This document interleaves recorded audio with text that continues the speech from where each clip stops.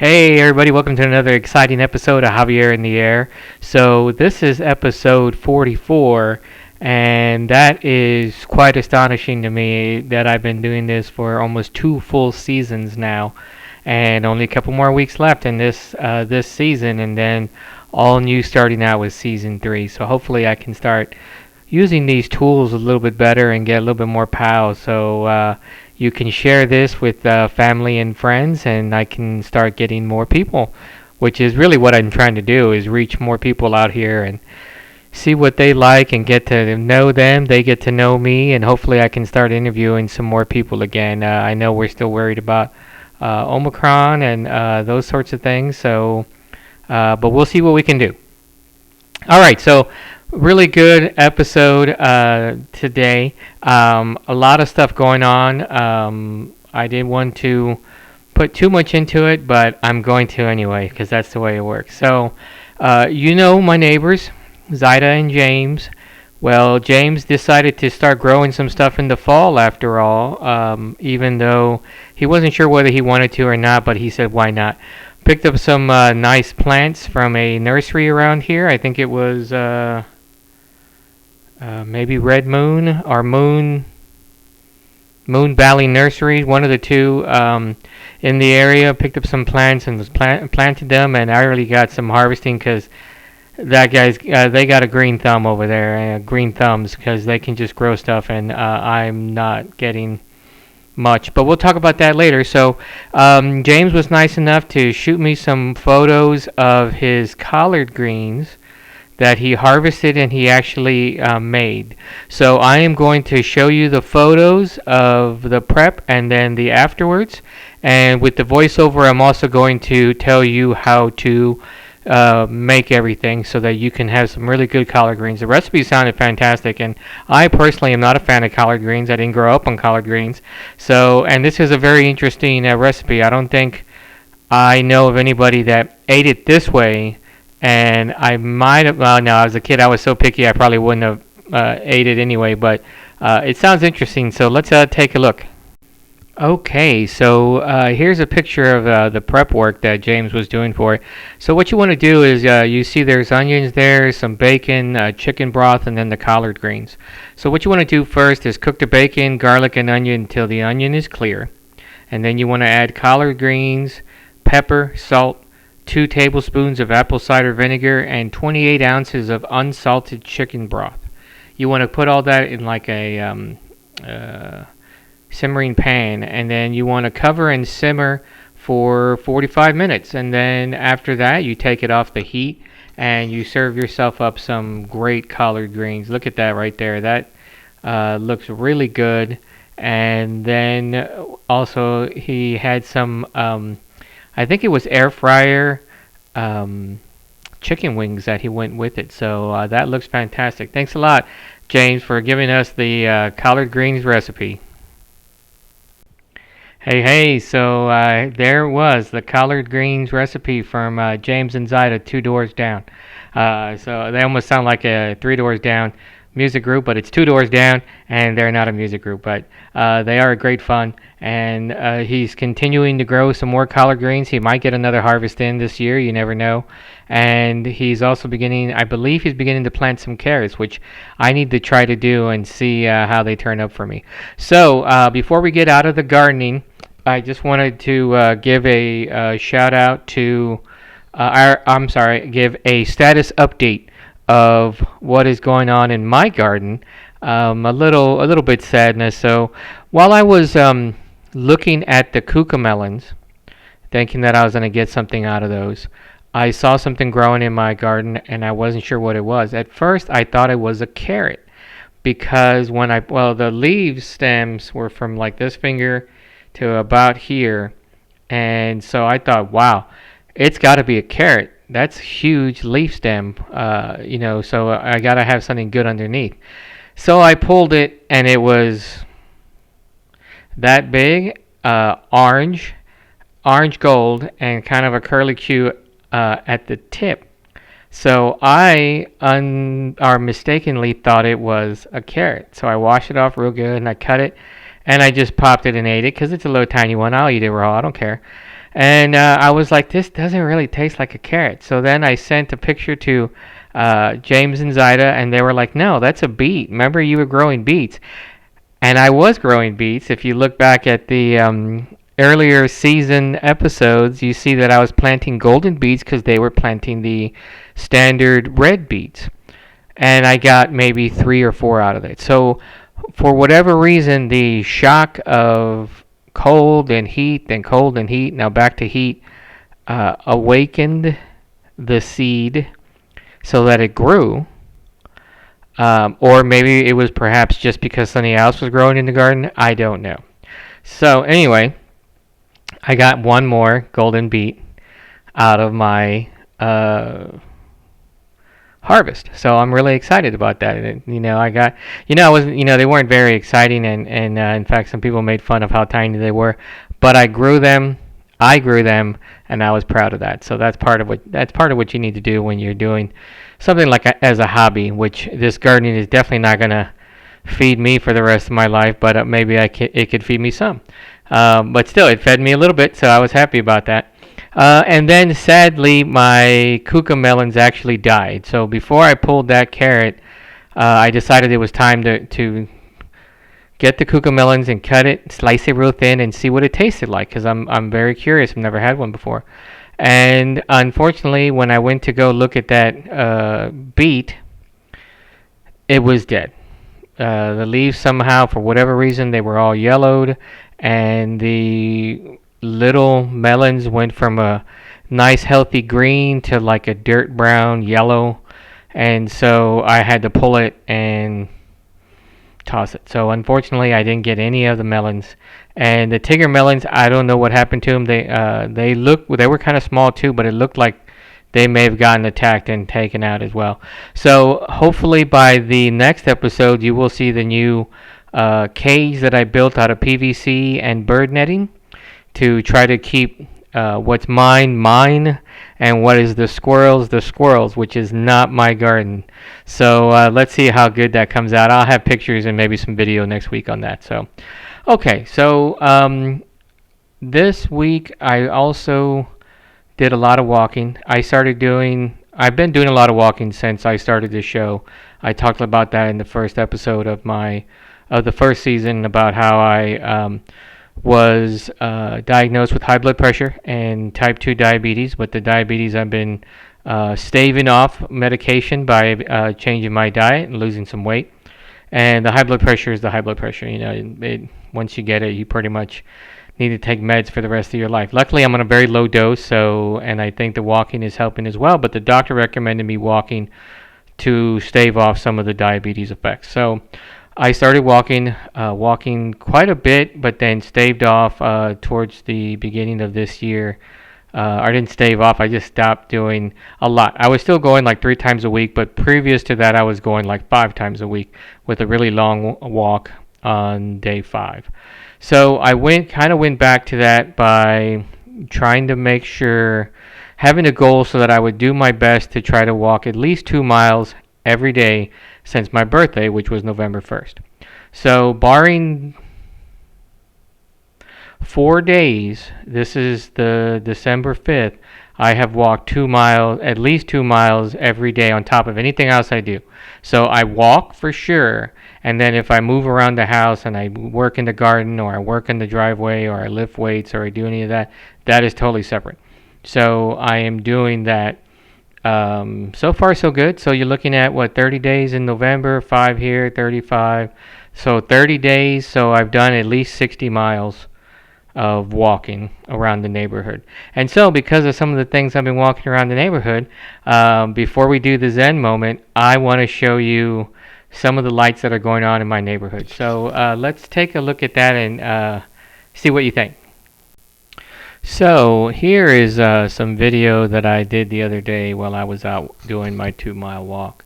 Actually 2.1 miles, but so you see I was across the street, and I thought I would just check it out. See, so the pump that generates air to fill up this dragon is also operating the movement of the wings. So it lets air out a little bit so they go down, and then it lets air in and it brings them up, which I thought was really, really cool. And then these guys, you see here, they have some really cool old vintage cars that he works on and owns. That's a white Chevy truck right there in the background. And they had these up all year, and I thought they were really cool to take a look at as well. Okay, so now you get to see some of the lights in my neighborhood. There is one street, I don't want to name the actual street in case you guys live on it and someone lives on it, but I call it Grinch Alley because there is absolutely no lights at all on that street. So and I'm not talking El Salito Parkway because part of that parkway is run by not Anderson Mill West, but whatever the other subdivision is next to me, and they have lights already up lining the cement barrier that they have on each side of the street to keep the noise down from the rich people there. So, but really cool, and I thought I would go ahead and talk a little bit about it. So Grinch Alley, and there's some people that are slowly. I mean, I know it's December 5th, but a lot of people like to get out their lights.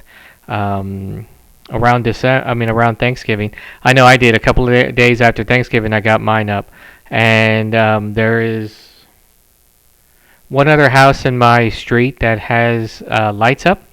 So we're not total Grinch like that other street, but we'll see. Maybe come by and I'll do some more video later on of some of the other places around that have it.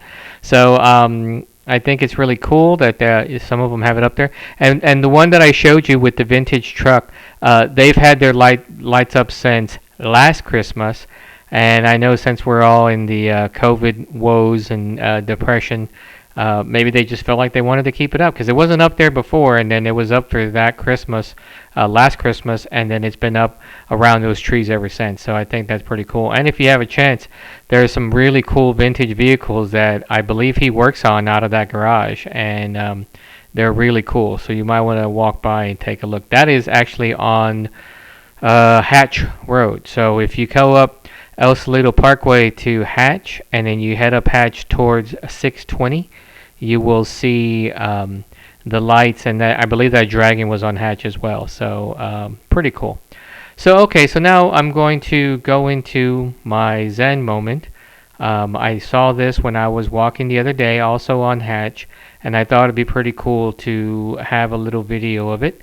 So let's take a look at my Zen moment.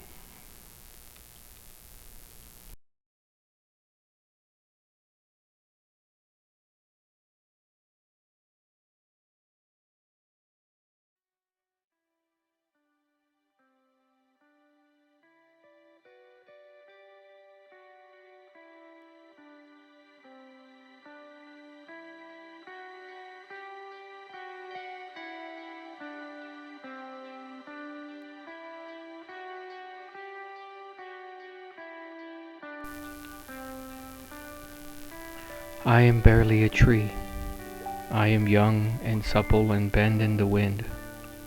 I shall not break, no matter what comes at me, for I know I shall grow strong and no longer be barely a tree. I am young tree. I hear young children at my feet, laughing and climbing all through my branches. I keep them safe and whole and strong, for I am a young tree. I am an older tree. I hear the children of the children before, still laughing and climbing and playing. I still keep them strong and from harm, for I am older tree. I am oldest tree. My leaves are gone, my bark is dark, and I no longer hear the children, but I do remember the sound of laughter, and I take it with me to the soil from whence I came. I was tree.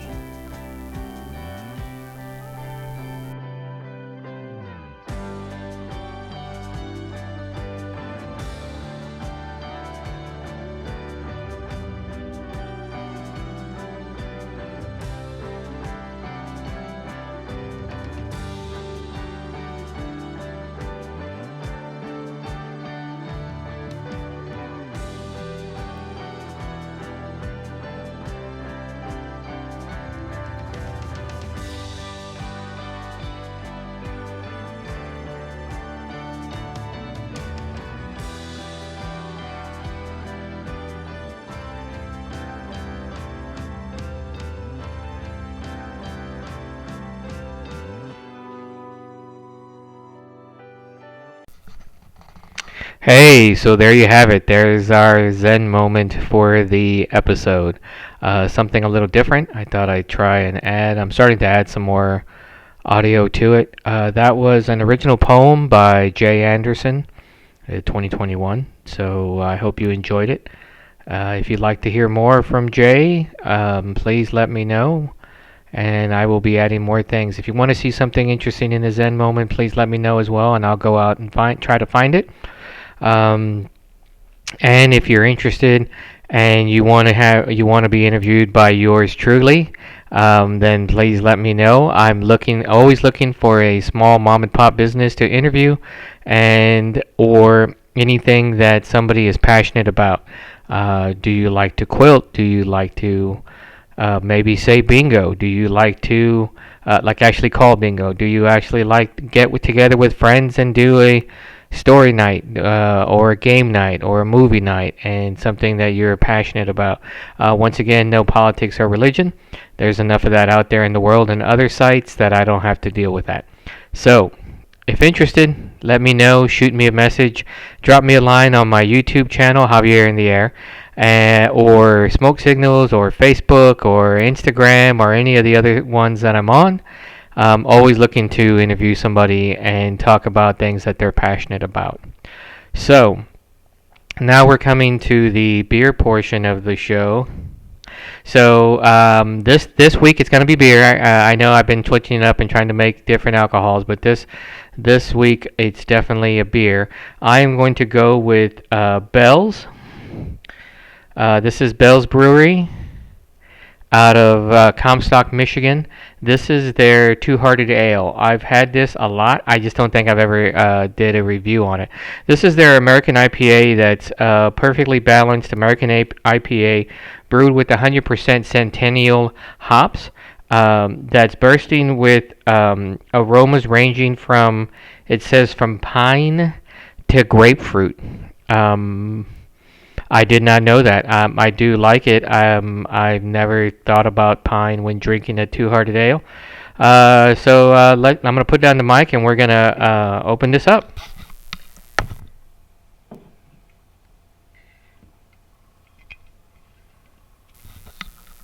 There's the shot of, I want to say it's a salmon.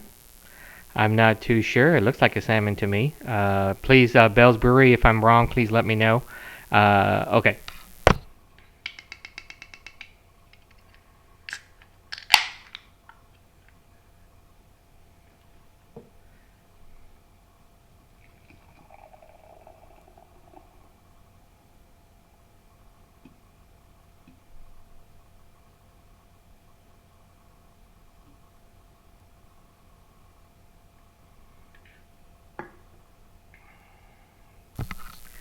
I like to try to fill the entire glass up with the entire can of beer if it's a standard size can of beer. So here it is. It's very, I'm holding it up to my ring light or circle light, and it's very murky, a nice golden color to it.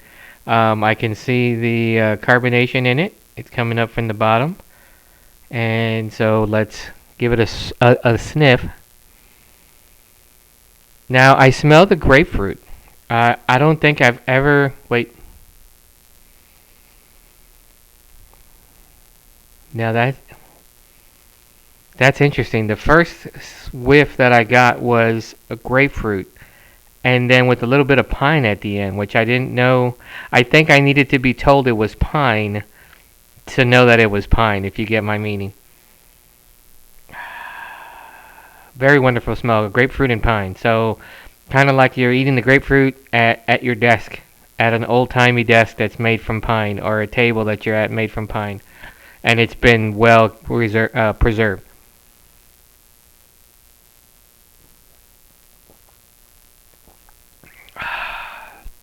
Nice, refreshing. Um, it's got a good body on it. It's got a good follow through, good start, good finish to it.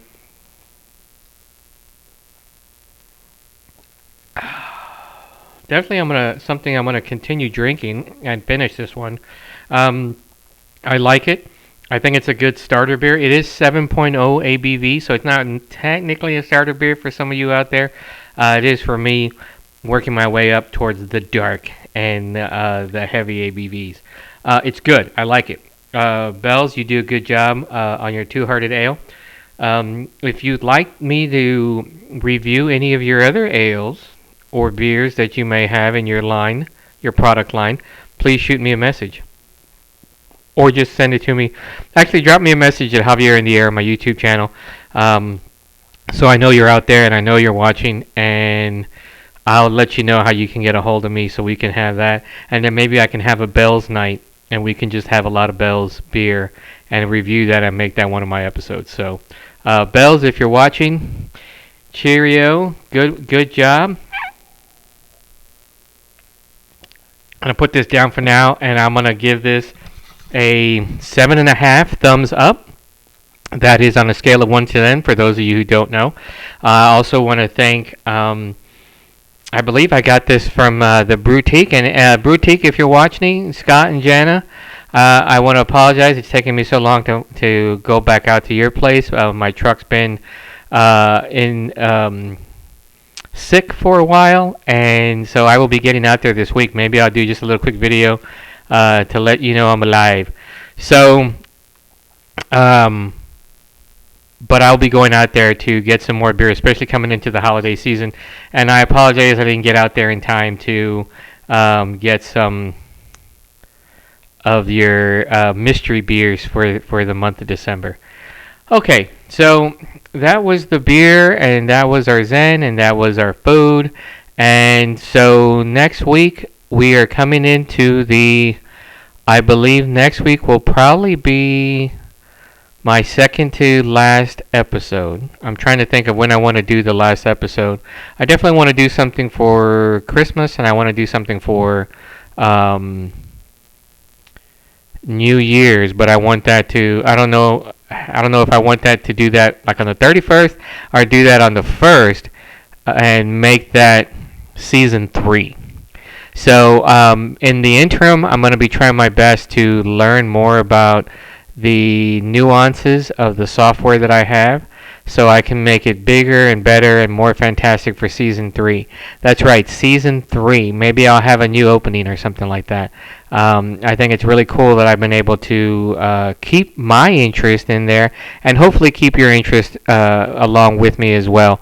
So please continue to watch Javier In The Air. If you know somebody who's interested in this kind of format and what are some of the things that I do, please let them know. If you have any family, or if I have any family that hasn't reached out to other family, I know I've reached out to a lot of them, get them to watch me on there. Always word of mouth. The more people I can get, the better I feel it would be, just getting a little bit of my corner of the internet, a little bit different than what's out there. You know, I try not to do any things that have been done before. I know this is just a one-person format, and I need to start trying to get more people on here. Maybe in season 3, I'll start having more people that I can get on the show, like I did in season 1. Season 2 has been tough because of the COVID that was really hurting us for the first part of the year, and then Delta came in, then Omicron, so it's still difficult. But we'll try, I'll try my best to get people on here. So if you're interested in anything, any topics, and you want to see them on here, please let me know. If you have anybody of note that you'd like to have them be interviewed, please let me know. And like I said, probably 2 or 3 more episodes before we hit the end of season 2, the start of season 3. So I want to thank everybody for watching today. I hope you enjoyed it. If you have any comments or feedback, please let me know. You can add it on to the feedback on this episode.